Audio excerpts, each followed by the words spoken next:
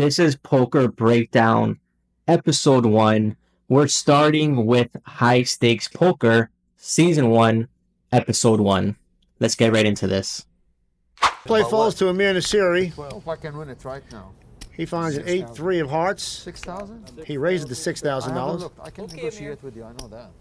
Negreanu calls with a king-9 of spades. Danny doesn't like to chop or negotiate. No problem. You had the ability to negotiate, but Danny... Well, let's give him the profit. Let's give Daniel the profit without looking. I don't want the profit. Okay. No. I might 3-raise, I don't know. Hope I can call at least. Yeah, I'm calling definitely. How much? 6? 6 call.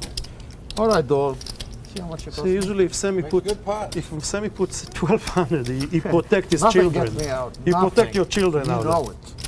And you know I'll take a block. Teach your children well. Flash cards. Me too, brother. Ellie is a Okay, let's stop it right there. So I'm going to bring it back a little bit because I want to break down the raise by Nasari with the 8-3 of hearts. So the blinds are 300, 600. Sammy with the 7-5 of diamonds, min raised pre-flop. Nasari with 8-3 of hearts made it 6,000 total. So Nasari raised 4,800 more with the 8-3 of hearts. This is a poker breakdown because I'm going to show you hands that were played well, hands that were played wrong, bets that you should not make, bets that you should make. And the re-raise by Nasari is a typical amateur move. He is playing a high-stakes poker cash game. The blinds are $300, $600. And this man committed $6,000 pre-flop. This is a cash game, but yet Nasari is treating this like a tournament. You might do that play in a tournament when you're trying to pick up the blinds and people can't rebuy. But in a high-stakes cash game, when the blinds stay the same and guys are going to rebuy, re-raising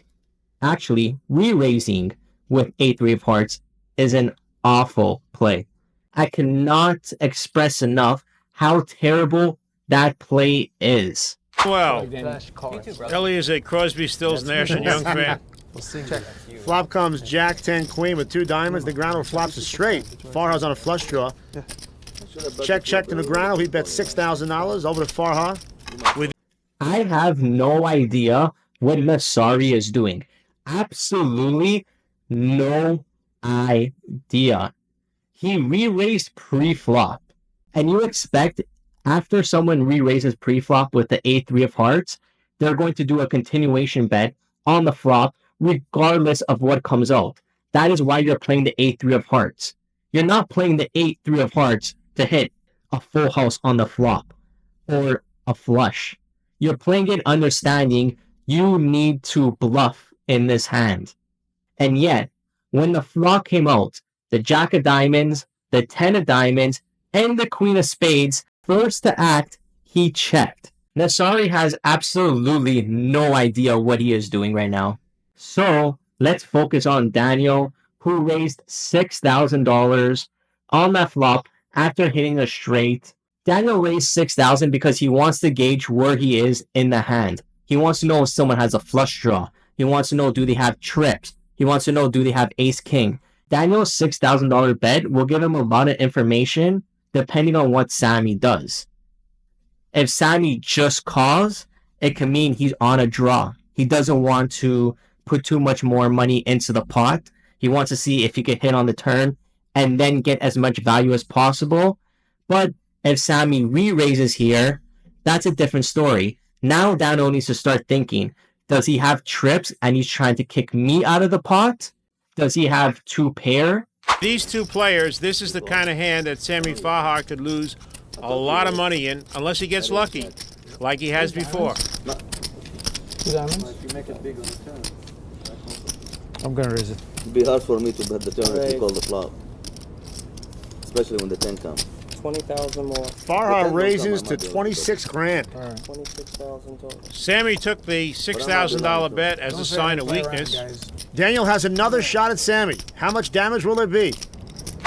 So we hear the commentary of Gabe Kaplan saying Sammy re-raised because he feels like that $6,000 bet from Daniel was a sign of weakness. I think it's a different story. I don't think that Sammy believes Daniel is weak. I do believe that Sammy thinks Daniel has a hand, not a straight, but something like a 10 jack or a queen jack or a queen 10, something like a 2 pair. And Sammy is re-raising here with the mindset of, if he does have 2 pair, I need to hit my flush to win the hand, obviously. But I want to make it seem like I'm not on a draw. Sammy wants to make it seem like I already have a made hand. So your 2 pairs is not good enough.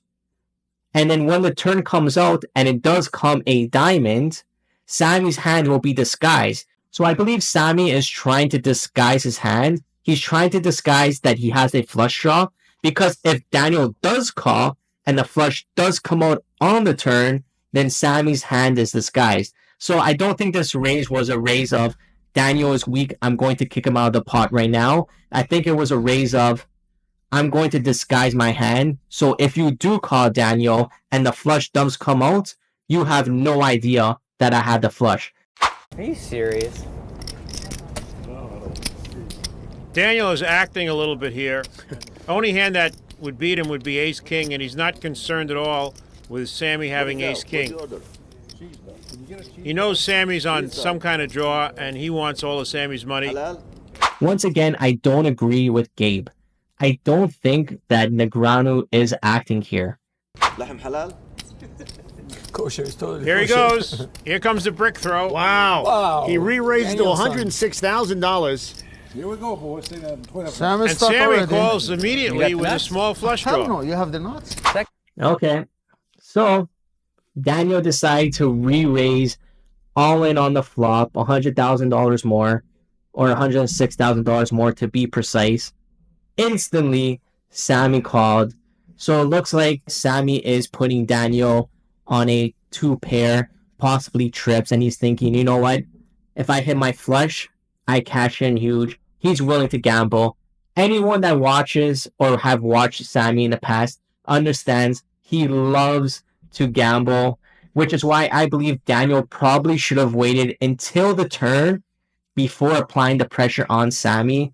Because like I said, if the turn came a safe card like a 4 clubs and Sammy was on a draw, if Daniel applies the pressure because he was first to act in the hand, an all-in on the turn might get Sammy to fold, but a re-raise on the flop, more likely than not, Sammy is calling regardless of what he has. Nuts. Are you serious? Yeah. Sammy finds out he's in bad shape. No. He needs a diamond. Offers to split the pot. Hold it. I got spades too. Twice? Let's do one.